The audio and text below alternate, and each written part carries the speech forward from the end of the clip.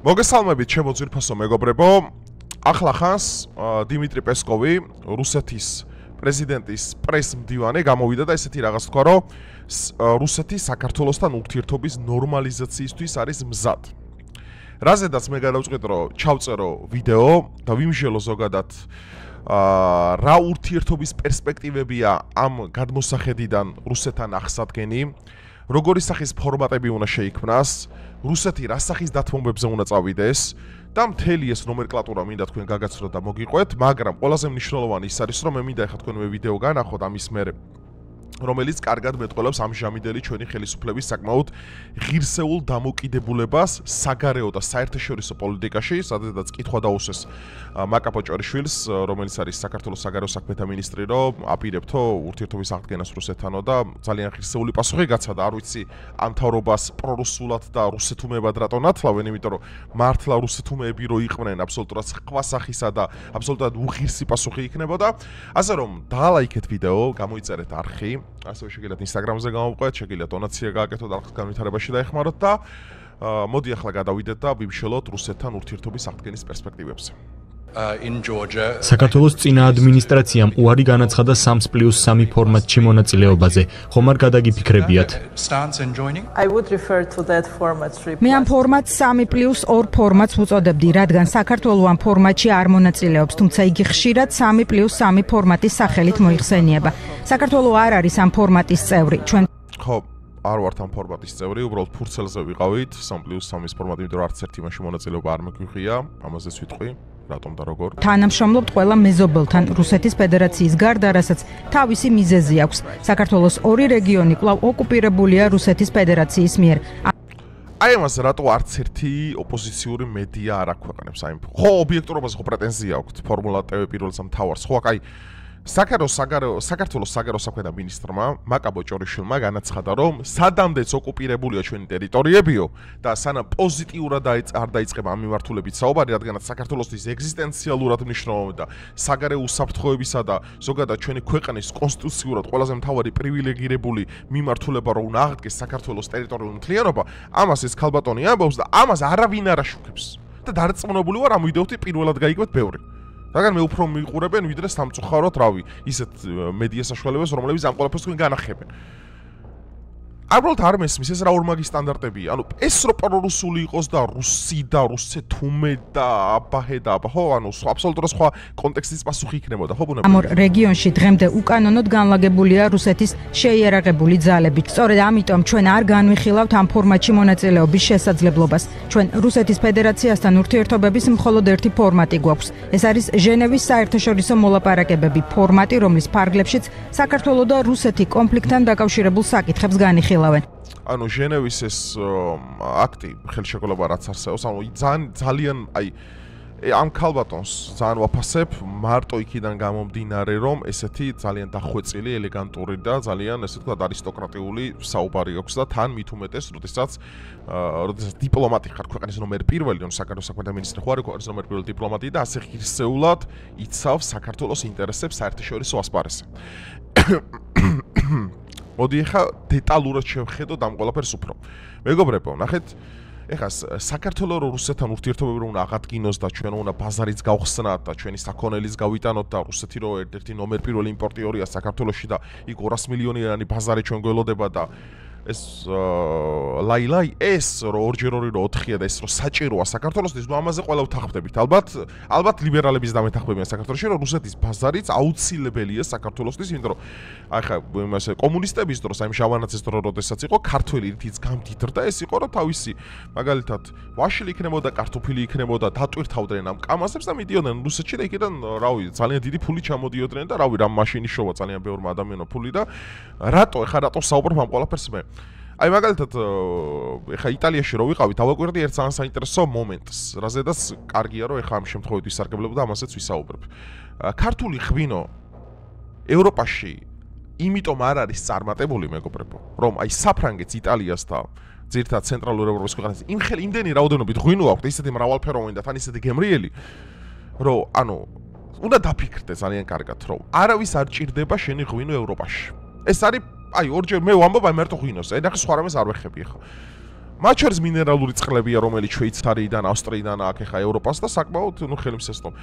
ანუ დავფიქრდეთ არა ლოგიკურად, რომ ამ ხელა 200 მილიონიანი ბაზარი გვაქვს ზევით, ჩრდილოეთით, ხო? ჩვენ თუ ჩვენ საქონელს ავდგებით და გავიტანთ იქ, იმიტომ რომ ეხა რუსეთის ველმინდვრებს რომ საქართველოს მილიონჯერ ჯობია და საქართველოს უფრო ნაყოფიერია და საქართველოში რომ უფრო გემრიელია ყველაფერი მათ შორის ევროპასთან შედარებით, ნუ ამაზე მგონი სადაუსაკითხე ეს არ არის, ხო? ბიჭო, მაგას ვამბობ, რომ ნელ-ნელა ეტაპობრივად ჩვენ თუ დავალაგებთ სავაჭრო ურთიერთობებს, სამშვიდობო კონფერენციებს მოვიწევთ, დაიწყება ნელ-ნელა რეინტეგრაციის პროცესები კონფლიქტურ რეგიონებთან, იმიტომ რომ ჩვენ კიდევ ერთხელ მე მივიორებ ამ საფხულსაც მე და არ ვიცი ხა ესეც უნდა ეთქვა, ჩემი აზრით, საქართველოს საგარეო საქმეთა მინისტრს, რომ თუ რუსეთი თვითონ მოიხდენს ინიცირებას, რომ პოზიტიურ რიტორიკას შეარჩევს, რომ მაგალითად იმასთან მიმართებაში, რომ უნდა დაიწყოს საქართველოს ტერიტორიული მთლიანობის აღდგენა, რა თქმა უნდა ეს დიპლომატიურად თავიდან ეს არ იქნება, ეხა პუტინი არ გამოვა და არ გეტყვით ბოდიში, რომ აბა ქართველებო შედით ეხა აფხაზეთში და იმაში, ეგრე არ იქნება, ამასთან უჭირდება საკუთარი პოლიტიკური და დიპლომატიური პროცედურები, რომელიც ჩვენ უნდა გავიაროთ. რა თქმა უნდა ეს უნდა იყოს საერთაშორისო სტანდარტებით დაცული და თავ ყველაფერს ამას დამატებული, რომ სადამდეც ხდება საქართველოს ანუ ბუფერული საზღვრებიდან, ანუ არაღიარებული დე-ფაქტო საზღვრებიდან ჩვენი მოქალაქეების გატაცება და მე დღემდე არ მაქვს მონელებული ხა თამას გინტურის საკითხი, რომ გაიტაცეს და რაც მოხდა, ხო? და როგორც სამწუხაროდაც როგორც მოკლეს ოკუპანტებმა, ხო? ეს რო არ მაქვს მონელებული, სანამ ამის მიმართულებით არ გადაიდგმება ნაფიჩები თვითონ რუსეთიდან, არ დაიწყება გამოძიებები, ვინ გაიტაცა, როგორ გაიტაცა და ეხა რუსეთისთვის ეგ აი ძალიან მარტივი პროცედურაა, რომ ადგეს და აი თუ მას სურს რეალურად საქართველოსთან დიპლომატიური ნორმალიზაციის გამართვა, რომ აი ღირსეულად მოგვექცეს. ანუ ღირსეულად მოქცევაზე, იმიტომ რომ რთულ მომენტში, როდესაც ომი დაიწყო უკრაინაში, საქართველო იყო ერთ-ერთი მცირე რიცხოვან ქვეყნებიდან მთელს სოფლიოში, რომელმაც რუსეთს დანაზურგში არ ჩაარტყა. არ დაუწესა სანქციები, ნუ ეხა სანქციები ჩვენ უფრო დავზარალდებოდით, ბუნებრივია, არ დაუწეს სანქციები, არ დაუწყო, რა ქვია, მეორე ფრონტი არ გაუხსნა და ძალიან ბევრი რაღაც რაზედაც სამწუხაროდ ჩვენ პრორუსები შეგვარქვეს, ამ მთავრობასაც პრორუსები შეარქვეს და ასე შემდგომ, ხო? რომელიც რეალურად იყო საქართველოსთვის მნიშვნელოვანი საერთაშორისო ურთიერთობებში, ხო?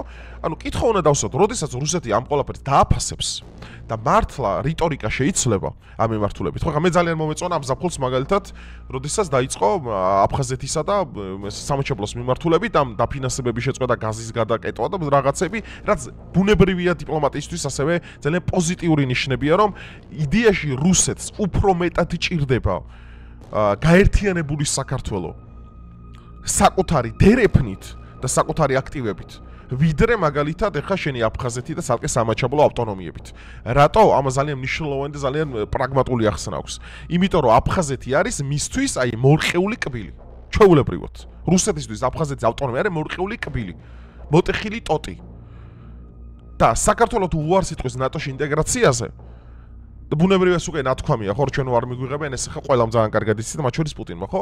ამ შემთხვევაში დარწმუნებული თუ იქნება, რომ საქართველოსთან არ იქნება ბაზები განლაგებული და რუსეთისთვის საფრთხე არ იარსებებს, რავი, თუ რამე ნორმალური გააჩნიათ რუსეთში ამჟამინდელ ხელისუფლებას, რავი, ტვინი თავში უნდა მიხვდნენ, რომ გაერთიანებული საქართველო მათთვის უფრო მნიშვნელოვანი და რატო მაგალითად რა ვიღოთ, ხო? ბევრი რამე სანქცირებულია რუსეთიდან, საქართველოს იყენებენ დერეფნად.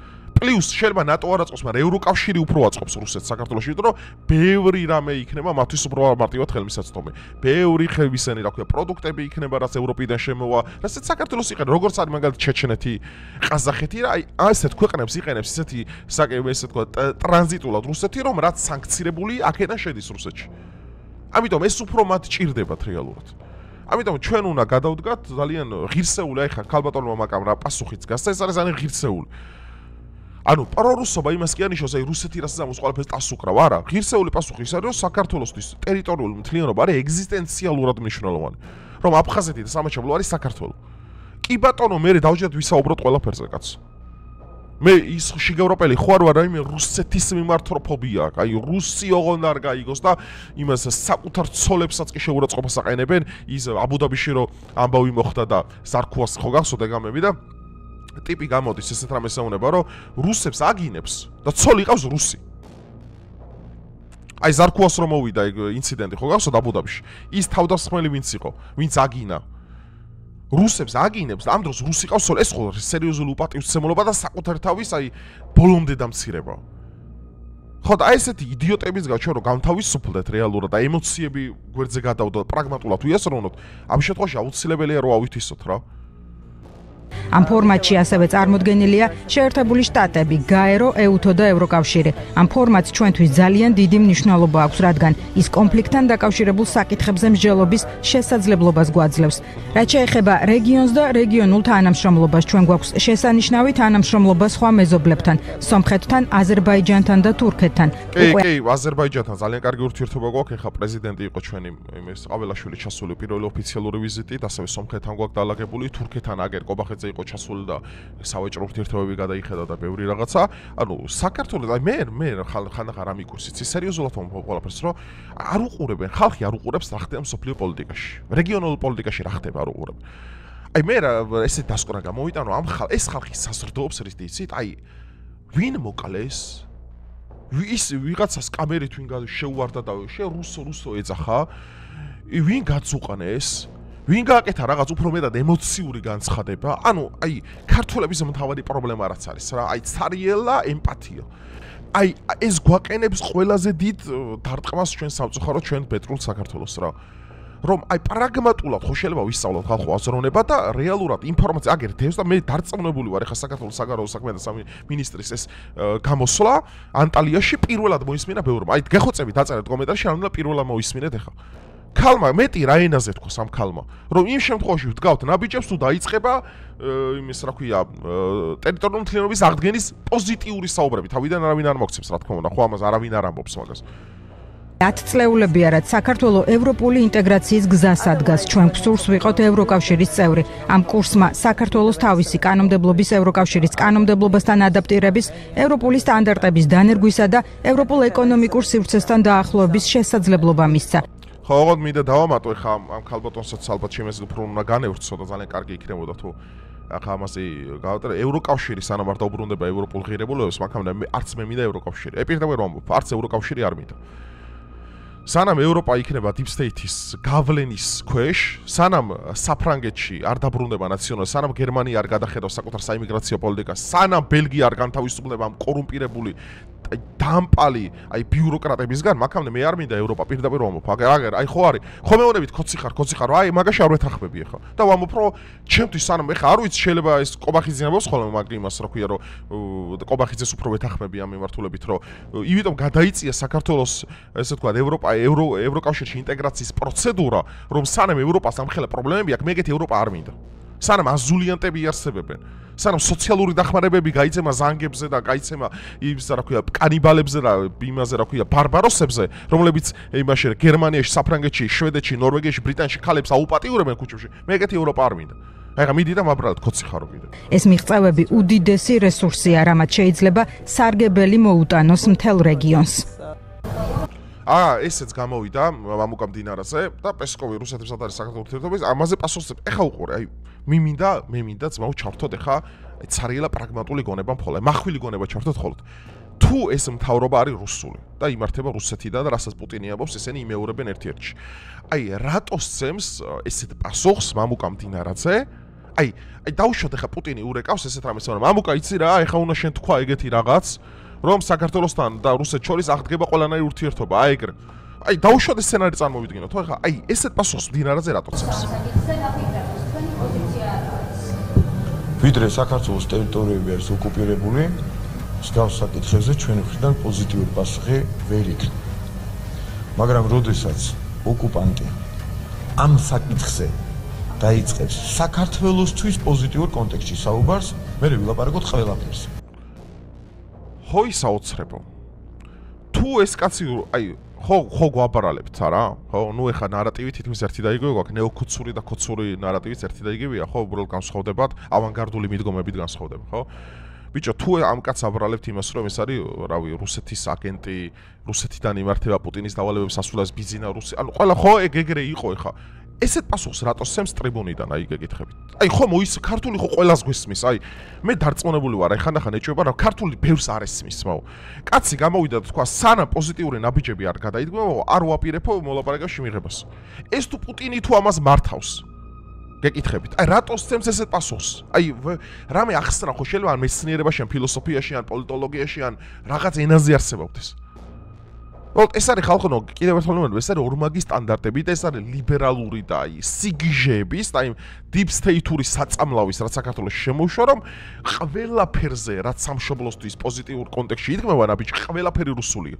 მე ღადაობით მაგიტომ შევარქვი პრორუსები ვართ მეთქი რომ პრორუსობა რასთან ასოცირდება. თუ შენი ქვეყანა გიყვარს პრორუსი ხარ, თუ საქართველოსთვის რამე კარგს აკეთებ პრორუსი ხარ, თუ შენ ქვეყნის ინტერესებს არ მეიცავ პრორუსი ხარ.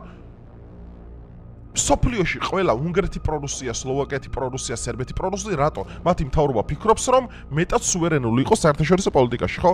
ამის გამო გვეძახიან ჩვენ პრორუსებს. და ღადაობის ტერმინი დავამკვიდრე, ყველანი პრორუსები ვართ მეთქი, რა? ღადაობის ტერმინია, რა თქმა უნდა, და ეხა ბევრმა აიტაცა და ამას იციან უკვე ჩემმა გამოუწერება პრორუსს რა კონტექსტში ვხმარობ მე. არა, უბრალოდ მე ხალხნო რა მიგვირს, იცი რომ ეხა მე ჩემ გამომწერებს ეგ არის სწავლებად, მაგრამ მე მომბაი ლიბერალური სექტის მიმდევრებს, ხო? მათ არ აქვთ ტვინი თავში. სერიოზულად, ტვინი არ აქვთ თავში, მათ არ შეუულიათ რაღაც ინფორმაცია გადახარშონ. ყველაფერზე აქვთ მხოლოდ ემოციური მიდგომა ეგრევე. აი რაღაცა პატარა წკაპ ქუჩაში დგანან, წკაპ ქუჩაში დგანან. მაგიტომაც არიან მთავრობაში რომ ვერასდროს ვერ მოვლენ ხალხო. აი ცარიელა ემოციებს აყოლილი კაცი არის განწირული ყოველთვის მარცხისთვის. ეს ფსიქოლოგიურად, ფსიქოსომატურად და ფსიქოანალიზის ზონაზე წესია მეგობრებო. უბრალოდ მე ძალიან გული მწყდება იმაზე რომ ამ დროს ჩვენ ძალიან ცუდად ვკარგავთ. ეხლა ეს უნდა ეთქვათ ამათ. რავი, ჩემი შეიძლება თქვეს მე ვერ ჩამოვალი, მაგრამ მე ესეთ ინტერპრეტაციას გავაკეთებ გინდა მდინარეზე ადგილას და გინდა ბოჭორიშვილის ადგილას, რომ შეიქმნას ისა რა ქვია, დიპლომატიური კონტინგენტები. ეს აი ჩავლა ეს ხომ ტალეირანის დროს ხდებოდა, ეს ხდება რიშელიეს დროს და ეს არის ევროპული დიპლომატია რო ყავდა მაშინ. შეიქმნას ეს დიპლომატიური კონტინგენტი, მომზადდეს ფორმატები რუსეთთან და დაუჯდეთ სალაპარაკო და განვიხილოთ თითოეული საკითხი. განვიხილოთ კონფლიქტური რეგიონები, განვიხილოთ ადგილობრივი ხალხის აზრი, განვიხილოთ მათი დახმარებები, განვიხილოთ რეინტეგრაციის პროცესები. თუ არ შევქმნით ხალხო რაღაც კონტინგენტები, პირდაპირ გეუბნებით პუტინი არ მოვა და არ გეტყვით ქართველებო, აბა როგორ მიყვართ და აფხაზეთი და სამშობლო წაიღეთო. ამისთვის საჭიროა დიპლომატიური კონტინგენტები. შენ უნდა გაზარდო ამისთვის ხალხი, ამაში დიდი ფული უნდა ჩადო.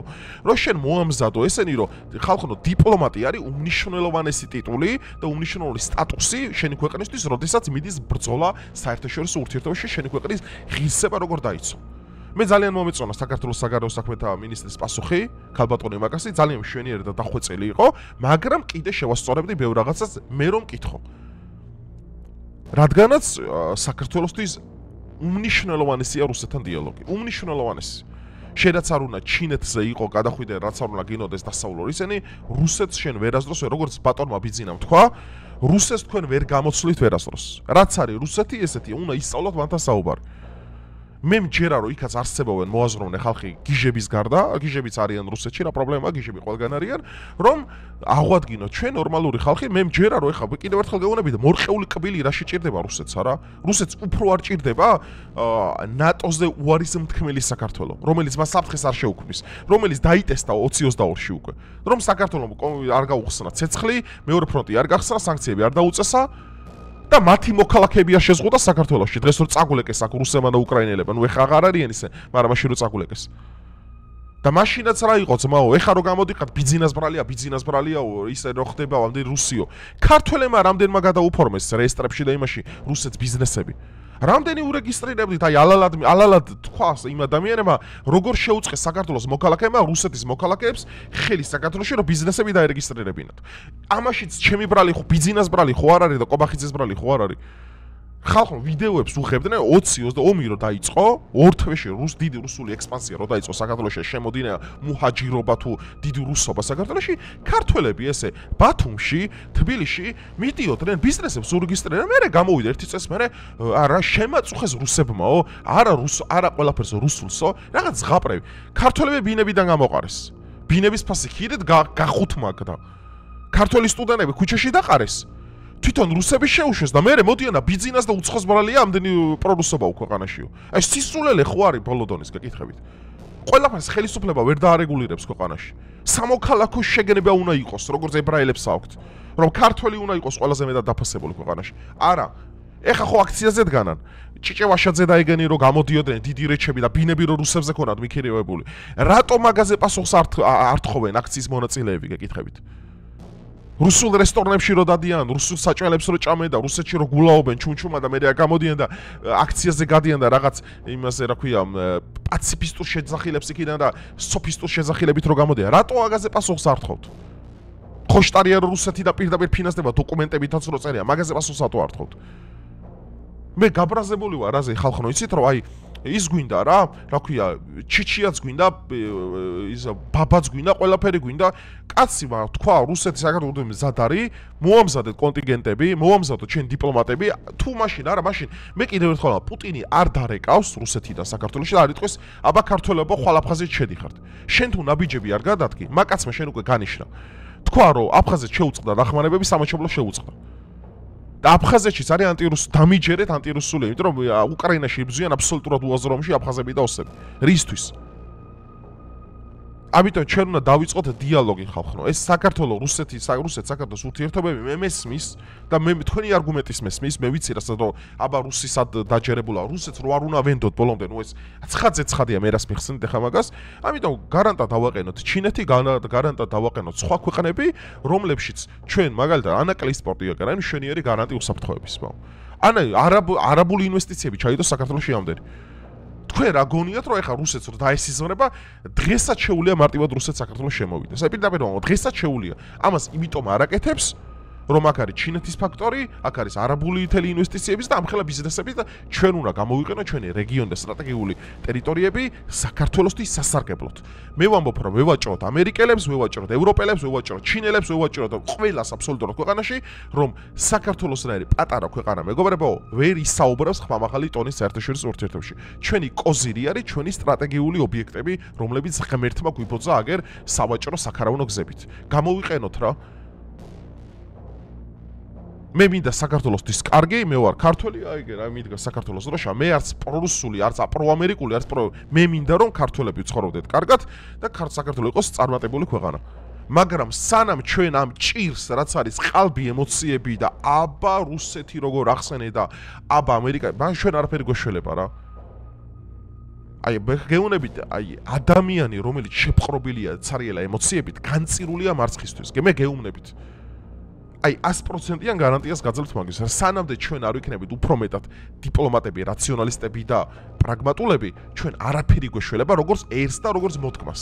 მე როგორც მიყვარ საქართველოს და რამდენადაც გიждები ჩემ მიწაწყალზე და მოუკვდები კიდევაც ამ ქვეყნის იმდენჯერ თუ გასაკრიტიკებელია, გავაკრიტიკებ ჩემ ქვეყანასაც მათ შორის. რადგანაც მე არ ვარ, აი ყველა პროპკას რო ერგება აბსოლუტურად. მე რაც კარგია, ყოველთვის ვიტყვი და სიკვდილს და სიკვდილამდე გავუყვები და გულს ჩავდებ, რაშიც ცუდია ბოლომდე გადაული ყველაფერში აბსოლუტურად. იმიტომ რომ ჩვენ ესე უნდა გამოვფხიზლდეთ. ჩვენ სანამ სერიოზულად სილას, აი დავით აღმაშენებელმა სილა როგორც არ შემოარტყა მთელ საქართველოს და არ გამოვაფხიზლა, ჩვენ მაგამდე არაფერი გვეშველებას მე. რავი, ეს იყო ჩემი მესიჯი, მეგობრებო, რახან ეს ისეთი აქტუალური თემა იყო შევეხე. ამ კომენტარსაც გავუკეთე. რავი, დაწერეთ კომენტარები, ხა მე ხშირად ხა მე კი მაქვს ჩემი ვიდეოების გაიდლანი, აი რაზე ვისაუბრო შემდეგ ვიდეოში, რა თემა გამოხდება, რომელიც ჩემ კონტენტთან დაახლოებულია, ხო, მაგრამ თქვენს დაწერეთ კომენტარები, არაფერს არ მოგერიდო, თუ რომელიმე კონკრეტული თემა გინდათ რომ ვრცლად განვიხილოთ, დაწერეთ და ჩემი თავი შემოგევლოთ. ახლა დალაიქეთ ვიდეო, გამოიწერეთ არხი და რავი, დაგემშვიდობებით, დროებით.